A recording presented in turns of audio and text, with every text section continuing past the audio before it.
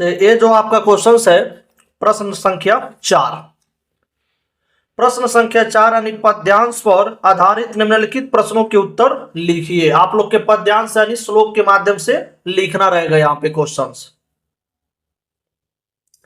तो नील परिधान बीच सुकुमार, खुल रहा मृदुल अधखुला अंग, खिला हो ज्यो बिजली का फूल, मेघ बन बीच गुलाबी रंग।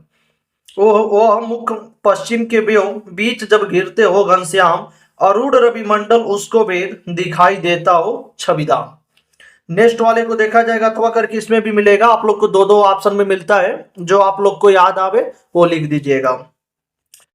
नेक्स्ट है दूसरा नंबर का कि इस धारा सी जग की क्रम, शाश्वत इस जीवन का उद्गम, शाश्वत है गति शाश्वत संगम, शाश्वत नभ का नीला विकास, शाश्वत शशि कया रजत हास, शाश्वत लघु लारों का विलास, हे जनजीवन के करदार चीर, जन्म मरण के आर पार, शाश्वत जीवन नौका विहार, मैं भूल गया अस्तित्व ज्ञान, जीवन का यह शाश्वत प्रमाण, करता मुझको अमृत दान। आप लोग के दो ऑप्शन में दो भी पद्यांश में दिया जाता है, जो आप लोग के 10 नंबर का आता है। ये भी 5 क्वेश्चंस पूछा जाता है आप लोग के बोर्ड एग्जाम में, जो 10 नंबर का ये भी आता है। तो जो आप लोग को इसमें याद हो और मालूम हो वही लिखिएगा। इसमें भी संदर्भ लिखा जाएगा कभी का।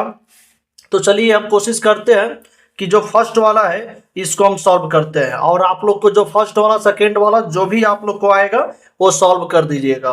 तो चलिए फर्स्ट वाले को हम सॉल्व करते हैं कि नील परिधान बीच सुकुमार, खुल रहा मृदुल अधखुला अंग, खिला हो ज्यो बिजली का फूल, मेघ बन बीच गुलाबी रंग। ये आप लोग के सेकंड क्वेश्चन है कि रेखांकित अंश की व्याख्या कीजिए। तो इसका पहले पद्यांश हम लोग लिखते हैं। तो प्रश्न संख्या 4 का पद्यांश लिखा जाएगा। पहले आप लोग भी ऐसे डॉट डॉट करके बना लीजिएगा कि एग्जामिनर को मालूम चलेगा कि यही पैराग्राफ का हम लोग एक्सप्लेनेशन कर रहे हैं। तो संदर्भ लिखा जाएगा कि प्रस्तुत पद्यांश हमारी पाठ्य पुस्तक हिंदी के श्रद्धा मनु नामक पाठ से लिया गया है या उद्धृत है। इसके कवि जयशंकर प्रसाद जी है। ये आप लोग के फर्स्ट क्वेश्चन यहाँ से राइट हो गया और लिख दिया गया कि प्रस्तुत पद्यांश के पाठ एवं कवि का नाम, पाठ के नाम श्रद्धा मनु और कवि का नाम जयशंकर प्रसाद जी हैं। तो रेखांकित अंश की व्याख्या करते हैं कि नील परिधान बीच सुकुमार, फुल रहा मृदुल अधखुला अंग, खिला हो ज्यो बिजली का फूल, मेघ बन बीच गुलाबी रंग। तो रेखांकित अंश की व्याख्या करते हैं। तो आप सभी लोग जैसे लिखे वैसे याद करके लिखने की कोशिश कीजिएगा कि नीले परिधान के मध्य में कोमल, सुकोमल, सुंदर या अधखुला अंग दिखाई दे रहा था। श्रद्धा की उस वेशभूषा को देखकर ऐसा प्रतीत हो रहा था कि जैसे बिजली का फूल मेघ रूपी जंगल के बीच में गुलाबी रंग का कोई बिजली का फूल खिला हो, इतनी सुंदर नारी थी। तो आप लोग के रेखांकित अंश की व्याख्या हो गया। नेक्स्ट थर्ड क्वेश्चन का आंसर देखा जाएगा कि मेघ बन बीच गुलाबी रंग में कौन सा अलंकार है। आप लोग को यहाँ पे अलंकार पूछ रहा है कि मेघ बन बीच गुलाबी रंग में कौन सा अलंकार है। तो आप लोग का थर्ड आंसर हो जाएगा क्वेश्चन का कि मेघ बन बीच गुलाबी रंग में रूपक अलंकार है। यहाँ पे रूपक अलंकार देखने को मिलेगा। और फोर्थ क्वेश्चन को देखा जाए कि नीले वस्त्र में लिपटी नायिका की छवि कैसी दिख रही है।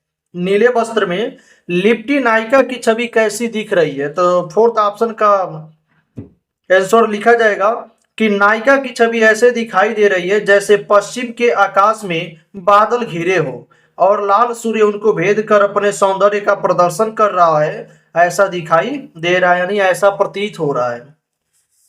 और इसमें भी लास्ट क्वेश्चन का आंसर देखा जाएगा कि परिधान और मृदुल शब्द का अर्थ बताइए। परिधान और मृदुल शब्द का, तो परिधान का मतलब आप लोग का वस्त्र हो जाता है और मृदुल का मतलब हो जाता है कोमल। तो इतना आप लोग ऐसे बना करके इतना आप लोग लिखेंगे, ऐसे बना करके आप लोग इतना लिखेंगे तो आप लोग को बोर्ड एग्जाम में 10 नंबर दिया जाता है।